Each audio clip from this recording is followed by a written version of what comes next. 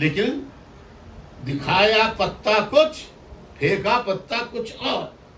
M Q M کے خلاف فوجی آپریشن باقاعدہ بنگال کے بعد اگر ہوا ہے تو وہ الطاف حسین کے چاہنے والے اور چاہنے والیوں پر ہوا ہے، ایم کیو ایم کے خلاف ہوا ہے.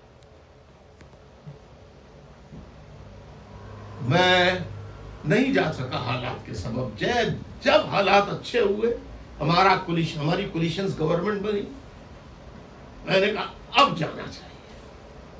میں نے فوراً پاکستان ہائی کمیشن لنڈن میں اپنا شناختی کارڈ، اپنا پاسپورٹ رینیو کرانے کے لیے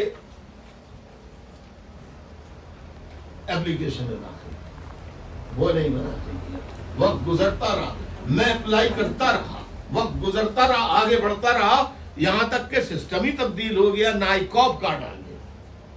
نائکوب کارڈ 2 دفعہ اس کے لیے فنگر پرنٹ دیے میں نے، فنگر پرنٹ دیے، مگر یہاں سے تو چلے گئے پاکستان فورن آفس، مگر ISI اور فوج نے میرا پاسپورٹ اور نائکوب کارڈ نہیں بن دیا.